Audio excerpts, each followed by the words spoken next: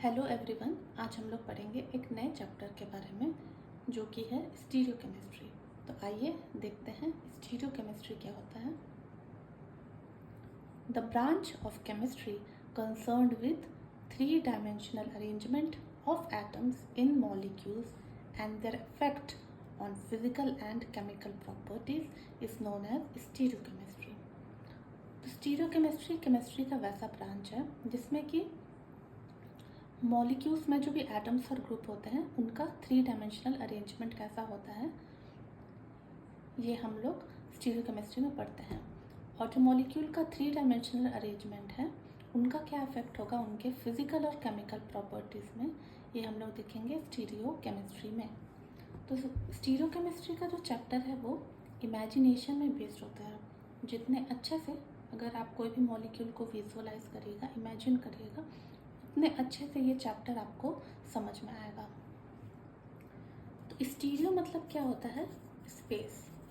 तो stereo chemistry को हम लोग केमिस्ट्री ऑफ स्पेस भी बोल सकते हैं।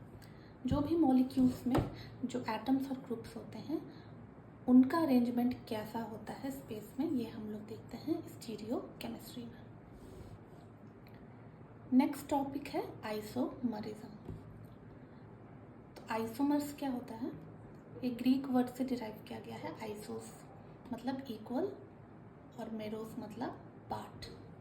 Compounds having same molecular formula but different chemical and physical properties are known as isomers and the phenomena is known as isomerism. Isomers वैसे compounds होते हैं जिनका मॉलिक्यूलर फार्मूला तो सेम होता है लेकिन जो केमिकल और फिजिकल प्रॉपर्टी होता है वो डिफरेंट होता है। जैसे हम लोग एक एग्जांपल देखते हैं प्रोपेनल का और प्रोपेनॉन का। प्रोपेनल का मॉलिक्यूलर फार्मूला होता है C3H6O और प्रोपेनॉन का भी मॉलिक्यूलर फार्मूला होता है C3H6O। तो ये दोनों जो कंपाउंड है दोनों का मॉलिक्यूलर फार्मूला क्या है? सेम है। लेकिन प्रोपेनल जो है देखिए एक एल्डिहाइड है और प्रोपेनॉन जो है एक कीटोन है, इसलिए दोनों का केमिकल और फिजिकल प्रॉपर्टी क्या होगा? डिफरेंट होगा। तो ये दोनों कंपाउंड क्या है? आइसोमर है। और इस फेनोमेना को हम लोग क्या बोलते हैं? आइसोमरिज्म भी बोलते हैं।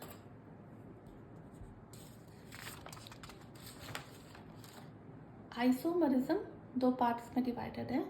स्ट्रक्चरल आइसोमरिज्म जिसको हम लोग कॉन्स्टिट्यूशनल आइसोमरिज्म भी बोलते हैं, और सेकंड है स्टीरियो आइसोमरिज्म। स्ट्रक्चरल आइसोमरिज्म जो है वो डिफरेंट टाइप्स में डिवाइडेड है। Chain isomerism, position isomerism, functional isomerism, ring chain isomerism, metamerism और टॉटोमरिज्म। वहीं स्टीरियो आइसोमरिज्म जो है दो टाइप्स के होते हैं, कन्फर्मेशनल आइसोमरिज्म एंड कन्फिगरेशनल आइसोमरिज्म। जो कन्फिगरेशनल आइसोमर्स जो हैं वो भी दो टाइप्स के होते हैं, geometrical isomerism and optical isomerism. Next हम लोग पढ़ेंगे स्टीरियो आइसोमरिज्म के बारे में। Isomers which have same molecular formula and also identical order of attachment of atoms groups within the molecule but have different relative arrangement of atoms and groups in space is called stereoisomers and the phenomena is called stereoisomerism। तो stereoisomerism ऐसे isomers हैं जिनका molecular formula same होता है और molecules में जो भी एटम्स और ग्रुप्स हैं उनका जो ऑर्डर ऑफ अटैचमेंट होता है वो भी सेम होता है या आइडेंटिकल होता है। तो यहाँ डिफरेंट क्या होगा? जो मॉलिक्यूल है उनमें जो एटम और ग्रुप है उनका जो रिलेटिव अरेंजमेंट होगा स्पेस में वो क्या होगा? डिफरेंट होगा। तो ऐसे आइसोमर्स को हम लोग क्या बोलेंगे? स्टीरियो आइसोमर्स बोलेंगे। और इस फेनोमेना को हम लोग क्या बोलेंगे? स्टीरियो आइसोमरिज्म बोलेंगे।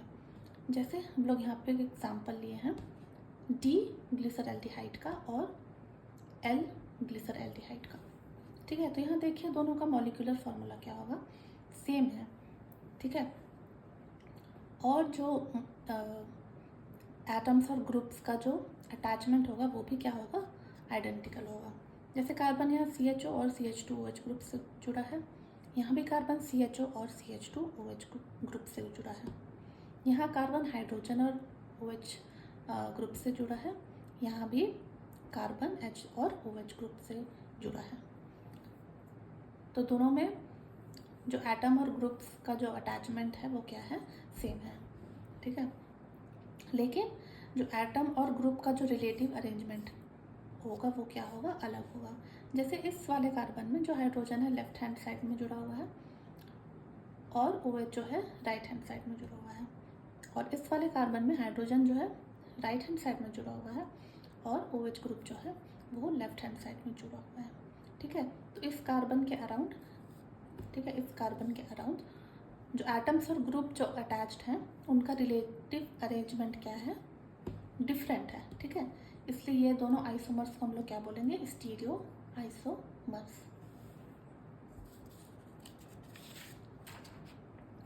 स्टीरियो आइसोमर्स दो टाइप्स के होते हैं।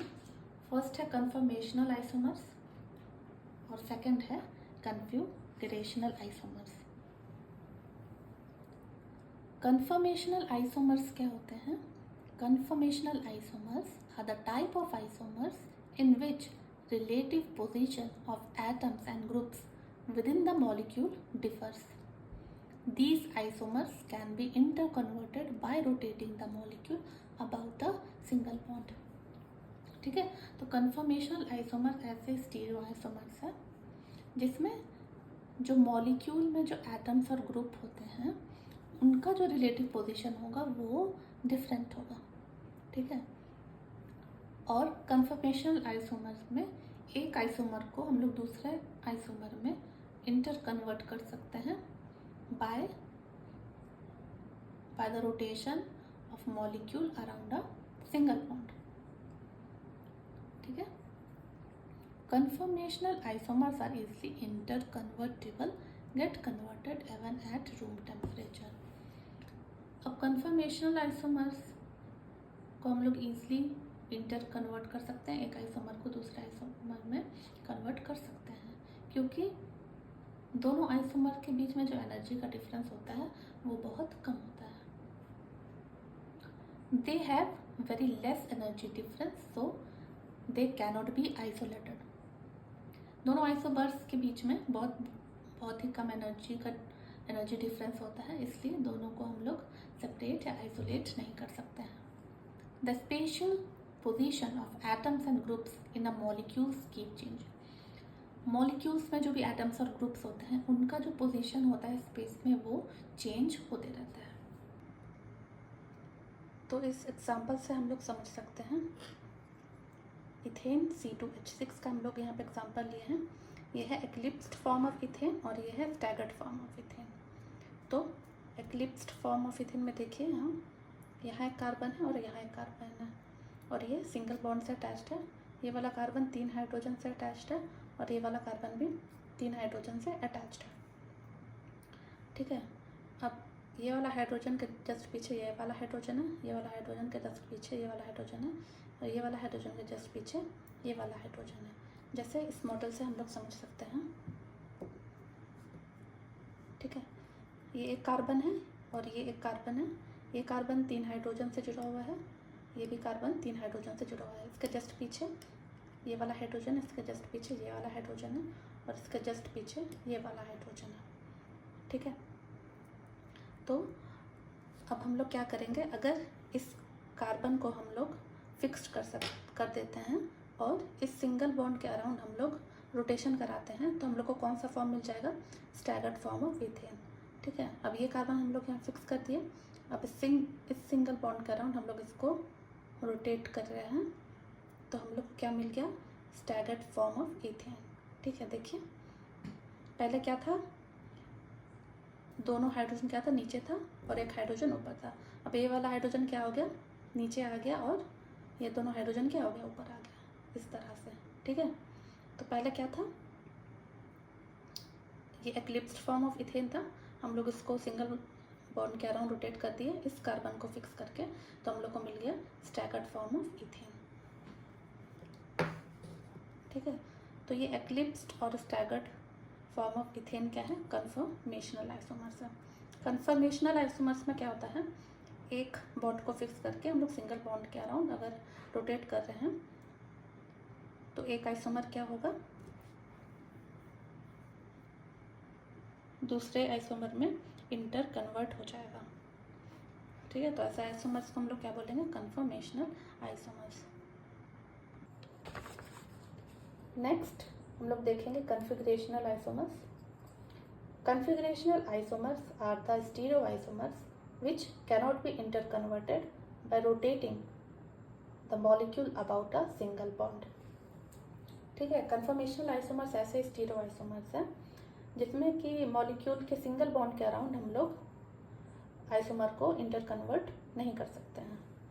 They can be interconverted only by breaking and remaking of covalent bond. ठीक है, कन्फिगरेशनल आइसोमर्स में एक आइसोमर्स को दूसरे आइसोमर्स में हम लोग तभी इंटर कन्वर्ट कर सकते हैं जब कोवलेंट बॉन्ड को हम लोग ब्रेक करें या फिर वापस से रीमेक करें। There is large energy difference between two isomers so they can be isolated. अब जो आइसोमर्स होंगे दोनों के बीच में बहुत ही ज़्यादा एनर्जी का डिफरेंस होता है, इसलिए ये आइसोमर्स ईजिली सेपरेट या आइसोलेट हम लोग कर सकते हैं। Spatial position of atoms or groups in a molecules remains fixed। Molecules में जो भी एटम्स और ग्रुप्स होते हैं उनका जो पोजीशन होगा स्पेस में वो फिक्स्ड होता है। जैसे यहाँ पे हम लोग एग्जांपल लेते हैं डीग्लिसरैल्डिहाइड एंड एल ग्लिसरैल्डिहाइड का।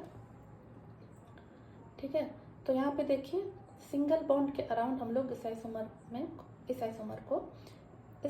में इंटर कन्वर्ट नहीं कर सकते। ये इंटर कन्वर्ट कब होगा? जब ये वाला कोवलेंट बॉन्ड टूटेगा और ये वाला कोवलेंट बॉन्ड टूटेगा। ठीक है, तो ये कार्बन और OH का जो कोवलेंट बॉन्ड टूटेगा इसको तोड़ के हम लोग यहाँ लगा दें और इसको तोड़ के हम लोग यहाँ लगा दें, तभी ये इसमें इंटर कन्वर्ट हो सकता है। ठीक है, OH को तोड़ के यहाँ लगा दें, ठीक है, और H को तोड़ के हम लोग यहाँ लगा दें। ठीक है, तभी क्या हुआ, ये आइसोमर इस आइसोमर्स में इंटर कन्वर्ट हुआ। और यहाँ पे जो CHO और CH2OH जो ग्रुप है उनका पोजीशन क्या है? फिक्स्ड है। ठीक है, तो डिग्लिसरैल्डिहाइड और एल ग्लिसरैल्डिहाइड आपस में क्या है? कन्फिगरेशनल आइसोमर्स हैं। अब कन्फिगरेशनल आइसोमर्स दो टाइप्स के होते हैं, optical isomers and geometrical isomerism. Optical isomerism and geometrical isomerism. अब देखते हैं ऑप्टिकल आइसोमरिज्म क्या होता है। The stereo isomers which have same molecular formula and same structural formula but they differ in their behavior towards plane polarized light are called optical isomers and the phenomena is called optical isomerism।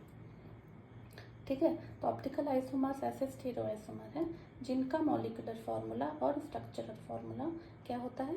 Same होता है, लेकिन जो उनका behaviour होता है plane polarised light के तरफ वो डिफरेंट होता है। ठीक है, तो ऐसे आइसोमर्स को हम लोग ऑप्टिकल आइसोमर्स बोलेंगे और ऐसे फेनोमेना को हम लोग बोलेंगे ऑप्टिकल आइसोमरिज्म। अब प्लेन पोलराइज्ड लाइट क्या होता है ये हम लोग आगे के वीडियो में डिटेल में पढ़ेंगे। ठीक है, तब तक हम लोग ये एग्जांपल देखते हैं ऑप्टिकल आइसोमर्स का। अब ऑप्टिकल आइसोमर्स क्या होता है? Non super imposable mirror image होता है। ठीक है, जैसे ये दोनों कंपाउंड क्या है? आपस में मिरर इमेज है। ठीक है, और अगर इस पूरे कंपाउंड को उठा के हम इसके ऊपर रखते हैं तो क्या होगा? ये नॉन सुपर इम्पोजिबल होगा। ठीक है, क्योंकि OH के नीचे क्या आ रहा है? H आ रहा है, और H के नीचे क्या आ रहा है? OH आ रहा है। तो ये पूरा कंपाउंड अगर इसके ऊपर हम लोग रख रहे हैं तो ये पूरी तरह से नीचे वाले कंपाउंड को सुपर इम्पोज नहीं कर रहा है। ठीक है, तो ऑप्टिकल आइसोमर्स क्या हुआ? Non super imposable mirror image और मिरर इमेज। ठीक है, तो अब क्या करेगा? अगर एक कंपाउंड प्लेन पोलराइज्ड लाइट को राइट हैंड साइड में रोटेट कर रहा है तो दूसरा कंपाउंड क्या करेगा? प्लेन पोलराइज्ड लाइट को लेफ्ट हैंड साइड में रोटेट करेगा। ठीक है। तो ऐसे ही आइसोमर्स को हम लोग क्या बोलेंगे, ऑप्टिकल आइसोमर्स बोलेंगे। ठीक है, और इस फिनोमेना को हम लोग क्या बोलेंगे, ऑप्टिकल आइसोमरिज्म। नेक्स्ट हम लोग देखेंगे geometrical isomerism. Stereo isomers which have same structural formula but differ in spatial arrangement of atoms or groups around a double bond due to restricted rotation about the double bond। ठीक है, तो geometrical isomers ऐसे stereo isomer हैं जिनका structural formula तो same होगा, लेकिन double bond के अराउंड जो भी एटम और ग्रुप प्रेजेंट हैं उनका जो अरेंजमेंट होगा स्पेस में वो डिफरेंट होगा। ठीक है, डिफरेंट क्यों होगा, due to restricted rotation about the double bond. Double bond के अराउंड जो रोटेशन है वो रिस्ट्रिक्टेड है। ठीक है, जैसे हम लोग यहाँ एग्जांपल ले लें, कार्बन कार्बन डबल बॉन्ड में। ठीक है, तो यहाँ देखिए ये वाला कार्बन CH3 और H से अटैच है और ये वाला कार्बन CH3 और H से अटैच है। अब CH3 और CH3 ग्रुप देखिए सेम साइड में है। ठीक है, और यहाँ हाइड्रोजन और हाइड्रोजन क्या है, एटम दोनों सेम साइड में है। ये क्या है, cis2-ब्यूटीन। वहीं दूसरे वाले कंपाउंड में देखिए कार्बन कार्बन डबल बॉन्ड के अराउंड जो मिथाइल ग्रुप है वो अपोजिट साइड में है और जो हाइड्रोजन एटम भी जो है वो अपोजिट साइड में है। इस वाले में क्या था, सेम साइड में, और इस वाले कंपाउंड में अपोजिट साइड में। ठीक है, ये है trans-2-ब्यूटीन। ठीक है, तो इन दोनों में क्या है, डबल बॉन्ड के अराउंड जो भी एटम और ग्रुप प्रेजेंट है उनका जो अरेंजमेंट है वो डिफरेंट है। ठीक है, इसलिए ये दोनों आपस में क्या है, ज्योमेट्रिकल आइसोमर्स है, और इस फेनोमेना को हम लोग क्या बोलेंगे, ज्योमेट्रिकल आइसोमरिज्म। ठीक है, ये दोनों टॉपिक हम लोग नेक्स्ट के वीडियोस में और डिटेल में पढ़ेंगे। ठीक है, तब तक के लिए thank you for watching my video.